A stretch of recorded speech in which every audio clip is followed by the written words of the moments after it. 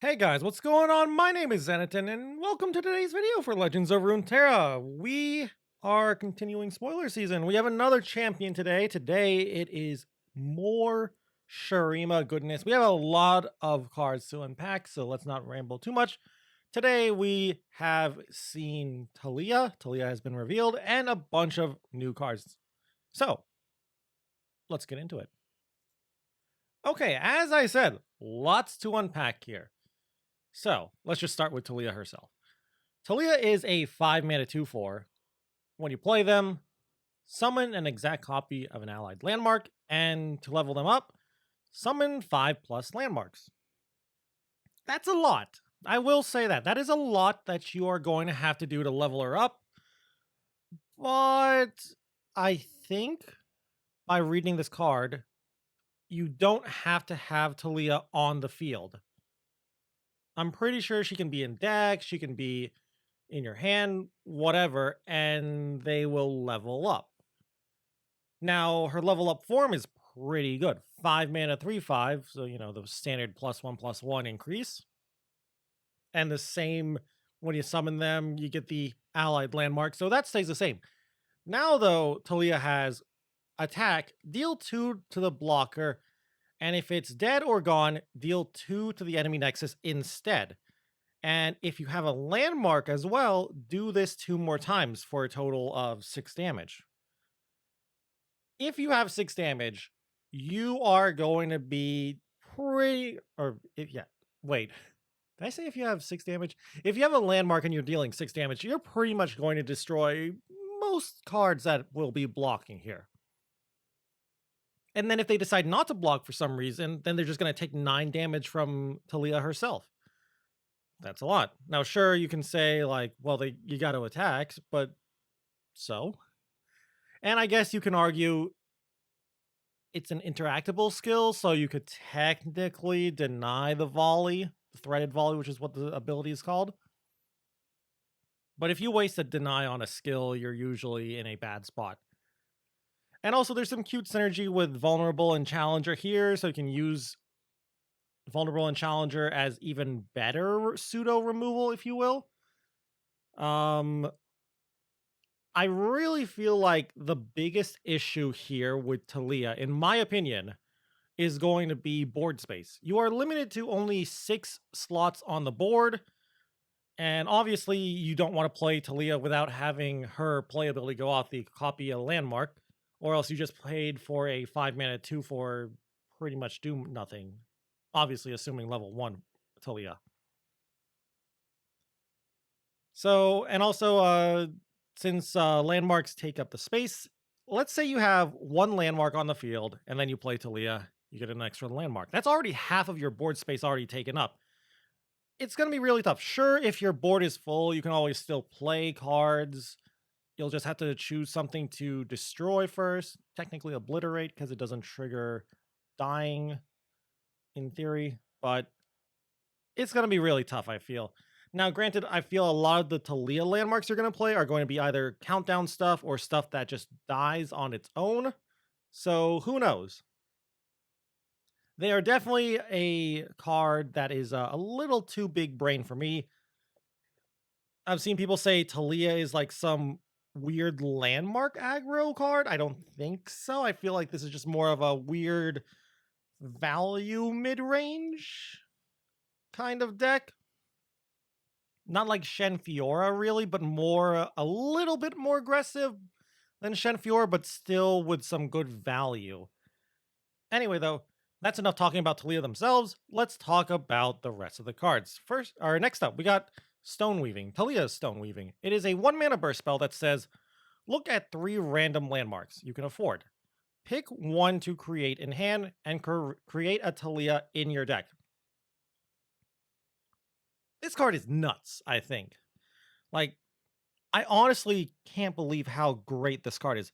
Sure, it says random landmarks, and there are a lot of bad ones, like, I don't know, you might get a Nox Crya Arena, and you don't want to play Nox Crya Arena, or you might get a, I don't know, what else is bad?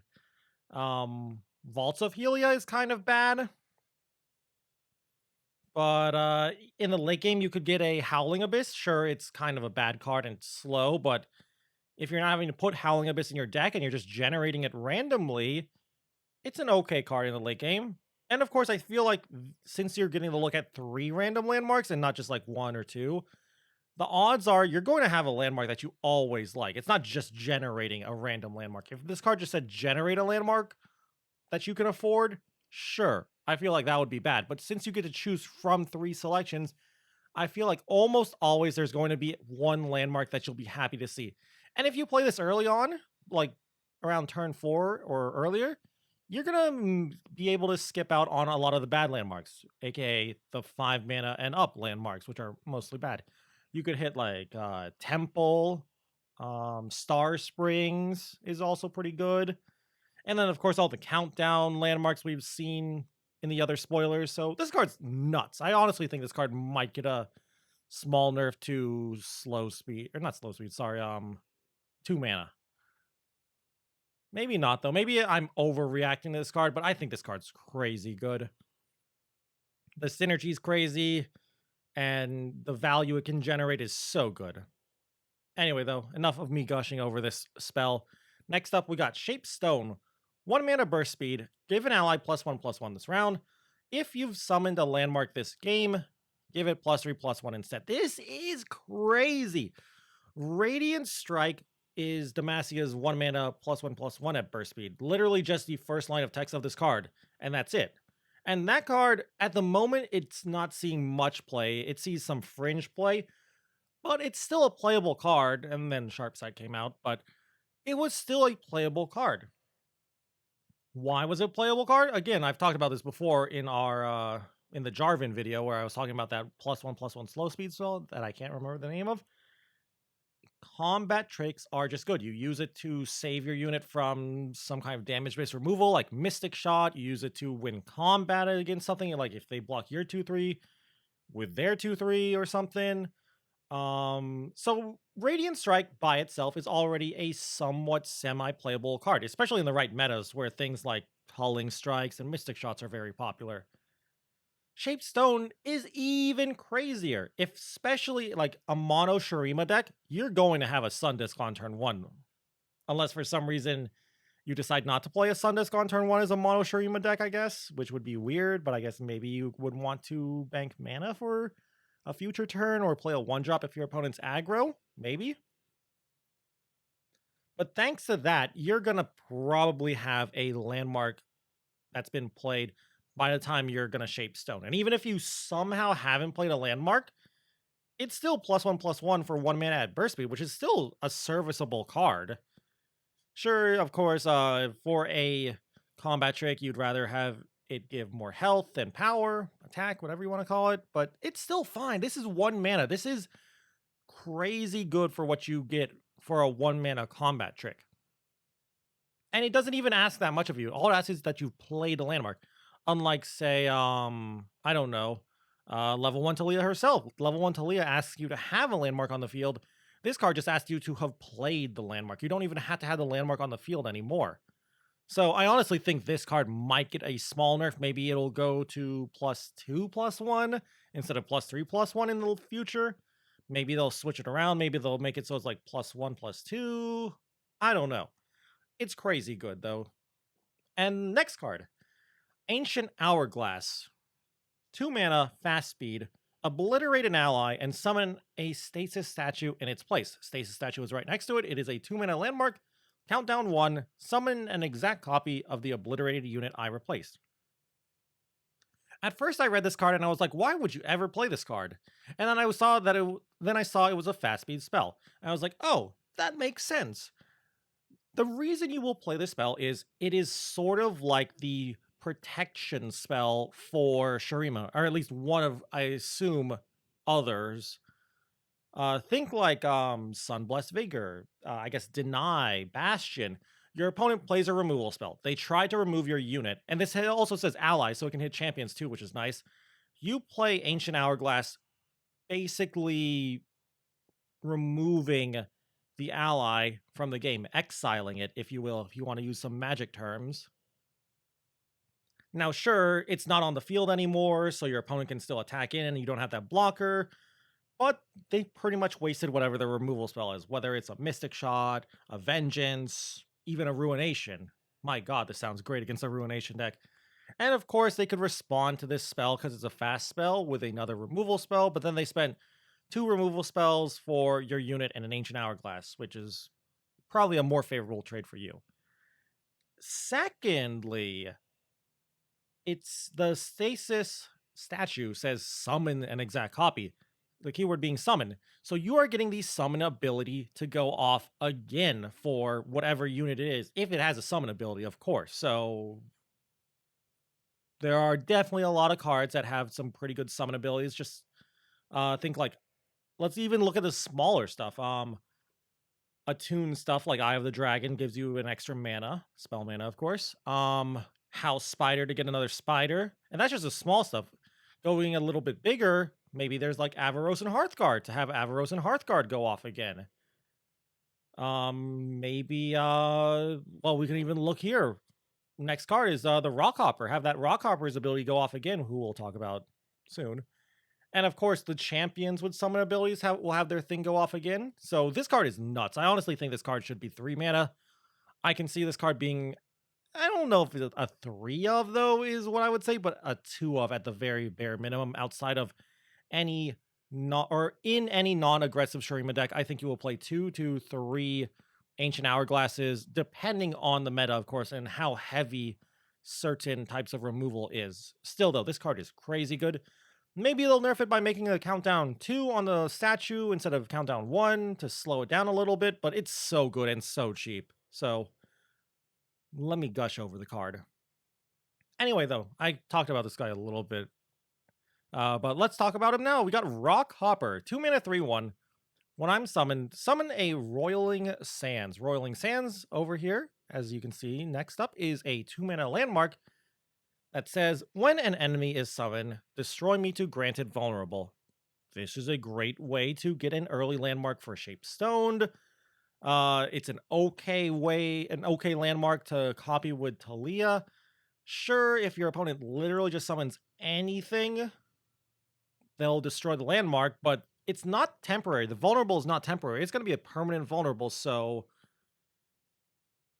unlike other 2 mana 3/1s, like let's look at the old Mountain Goat. Mountain Goat used to be a 2 mana 3/1. This card gets some value right away. Even if your opponent plays something like a ping, like, I don't know, a Vile Feast, which is my always go-to ping I use for examples, you're still getting a little bit of value here because you're still getting the landmark and you're getting your landmark synergies to start going off. So is this card worth it? I think this is our second 2-drop we've seen as well in Shurima. The other 2-drop was the Chronomancer or whatever it was called, the 2 mana 2/3 would predict. Would you rather, obviously it's going to depend on the deck you're playing and the synergies you want to try and go for, but most of the time I feel I'd rather have a 2 mana 2/3 would predict. But that's because I think predict is just so much better than the Roiling Sands landmark. Now, granted, of course, if you're playing Rockhopper, you care about the landmark. You care about landmark synergy, so there's that. I don't know. Whenever I see 1 health on a 2-drop, I'm always a little bit worried. Still, though, I think this is a solid card. Anyway, next up, continuing with the Roiling Sands card, we have Unraveled Earth, 3 mana, burst speed, summon 2 Roiling Sands and draw 1. I don't know how to evaluate this in all honesty. Sure, the first combo I can see is turn 5. You have you have bank 3 mana on turn 5, so you pay the 3 mana to use this card, and then you play Taliyah right away. Then you've got 3 Roiling Sands, but is that even good? No. The only reason I think this card is going to get played is because of draw 1. Sure, unlike Pale Cascade and Guiding Touch, this doesn't really do anything in combat and helps save your units. I don't know. I also don't know if you have, let's say you have 2 Roiling Sands and your opponent plays 1 unit. Will both Roiling Sands get destroyed to put vulnerable twice on that same unit? I don't know. If it does, I think this card is bad. If it doesn't, and only one Roiling Sands is destroyed to put vulnerable on the unit, maybe this card's a little bit better. But as it is now, I don't think this card's good enough for constructed. I think this card is a good example and a good case of strong card, but it's just not strong enough and it doesn't do enough to actually make it into the deck. Like, you're not sad to see this card, I guess, randomly generated if you randomly generate it somehow. But in my opinion, I feel like this is the kind of card that when you're looking for cuts in your deck or in a deck, this is one of the first cards you start cutting. Anyway, next up, let's continue on because there's a lot more we got to go through. We got Psy Scout. 3 mana, 2/4. Play, predict. If you pick a landmark, grant me elusive. So a 3 mana 2/4 is already okay stats for the cost. Sure, a 3-drop that can't block Fearsome is a little meh. But we've played 3 mana 2/4s for a time in other regions. The 3 mana 2/4 in Demacia with Challenger gets played. Sure, it has Challenger, and that's a very strong keyword, but the stat line's okay. Predict, I don't think this card, if you looked at it as just a 3 mana 2/4 predict, would be good enough. I think if you're not getting elusive, I'd say at least half of the time, this card is kind of mediocre.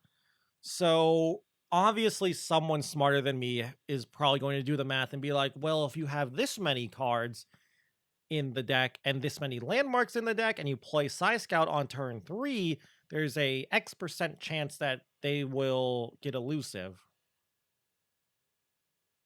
That's too hard for me to do. I'm not going to do that math. I'm sorry. Still though, I think this card is solid filler, but I feel like there are probably just better 3-drops to play. Maybe this card will be a more defensive card as a card you will play in metas where elusives are a little popular. Think like maybe, I don't know, Fizz, Zaps, Wiggly Burblefish. We have a meta like that right now, in all honesty.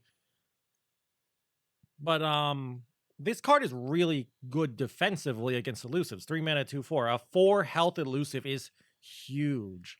It's gonna block probably 2 elusives before it dies, or at least 1 elusive, and then it will eat something else like a Mystic Shot or whatever.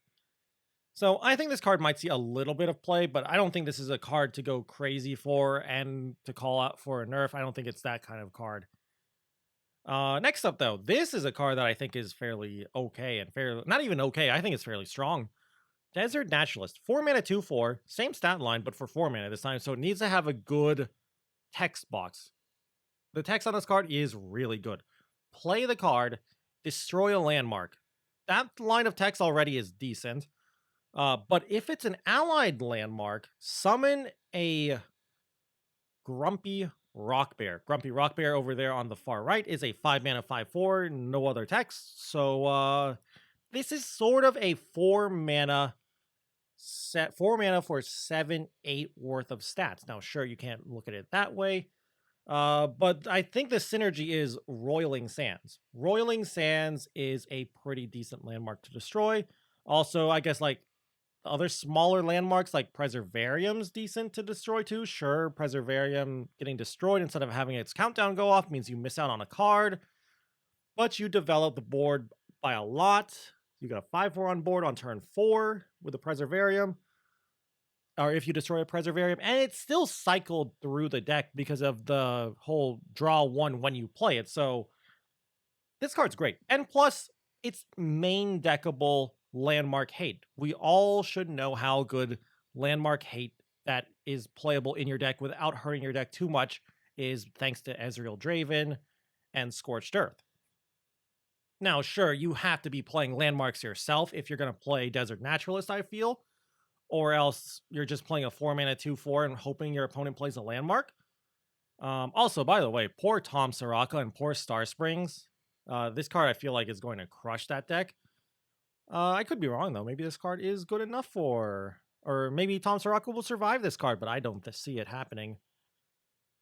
But yeah, this card is crazy good. It like helps you. I think this is going to be more of like a control card, if that makes sense, in a Preservarium deck.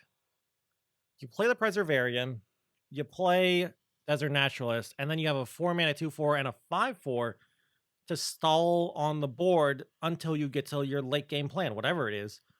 Or you can use it to destroy, say, I don't know, a temple if their opponent's Targon, Star Springs, maybe maybe a Sun Disc, I guess, if your opponent's also playing Shurima. I don't know. This card is crazy good. Next up, though, we got another landmark. We got Hibernating Rock Bear. 2-mana landmark. Countdown 3, summon a Grumpy Rock Bear. The 5/4 as well, again. I think this is an expedition card. I do not think this is good enough for constructed. Sure, it's a cheap landmark that starts your landmark synergy early. I really feel my countdown 3 is a little too slow. Because the earliest you're going to get this, barring any kind of weird discounts, like, I don't know, a turn 1 Spacey Sketcher into Moonsilver, I guess. Actually, no, that was still, I don't know, whatever. Barring any kind of weird mana reduction things, the fastest you're getting out a Grumpy Rock Bear is still on turn 5 anyway with this Hibernating Rock Bear. Unless, I guess, you play some stuff that can reduce the countdown, which I don't know if there's anything like that that's been spoiled. I believe there's that Hierophant, but that only hits the Sun Disc. So if there is a way to reduce countdown in this set, maybe this card's playable as an early game drop, but for now, I just think this is more for for Expedition.